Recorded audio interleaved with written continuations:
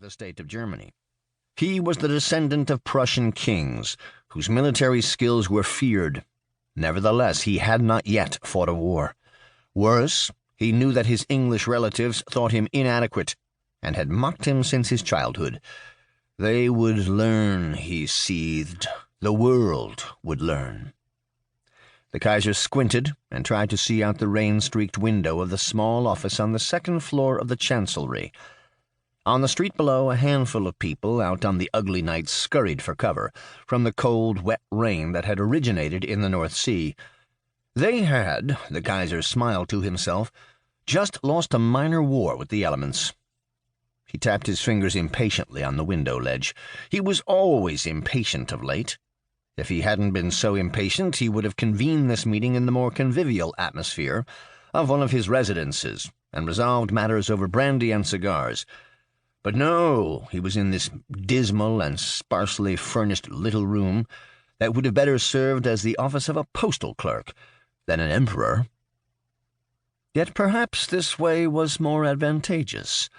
The pomp of a formal meeting would have attracted the noses of the swinish liberal press, or worse, the socialist creatures who inhabit the Reichstag.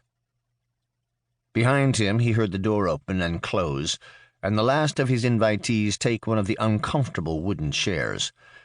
He turned and confronted the handful of men. In the poor light of the small office, they looked nothing like the powers who ran the empire in his name and at his call. All of them, however, had von preceding their surname. This indicated their stature as Junker nobility, who came from that bleak Prussia their forebears had conquered from the Slavs so many centuries ago. Prussia was the military soul of the new German Empire. Of the 4 men, the Kaiser controlled 3. They were all older than he by at least a decade. That fact made him slightly uncomfortable, and he often had to fight to control his insecurities. Alfred von Tirpitz was the architect of the expanding navy they both wanted to be second to none, not even England's. Bald, burly, and grim, his face obscured by a long and full forked beard, he burned with an ambition for an overseas empire the Kaiser shared with a passion.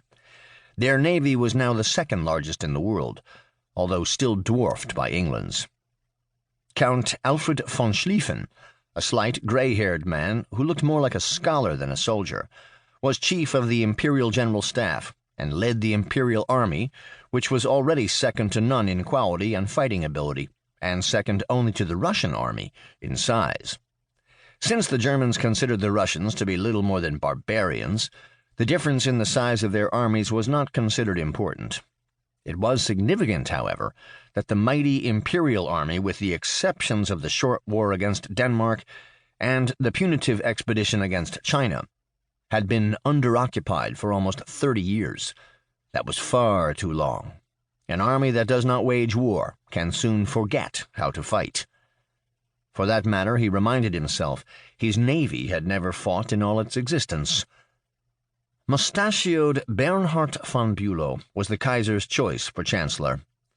Although some considered him a sycophant and a toady, the Kaiser thought him loyal and cooperative. Replacing other chancellors, particularly Bismarck, who had balked at implementing the imperial ideas, Bülow was ideal for Kaiser Wilhelm. The 4th person was the heavy-set, enigmatic, and mysterious Friedrich von Holstein, nicknamed the Jesuit because of his secretive ways and a preference for manipulation rather than confrontation. He had run the foreign affairs of the German Empire from his office in his home on the Wilhelmstrasse for more than a decade. The oldest of the 4 men, Holstein was both feared and respected, even by the Kaiser. Holstein's favored way of determining the will of the Kaiser was to avoid receiving orders. Thus it was rumored that the two had met face-to-face only a handful of times over the last dozen years, and it was only the veiled threat of a level of force that saw the angry and uncomfortable Holstein present at this meeting. Even so, Holstein was a loyal German.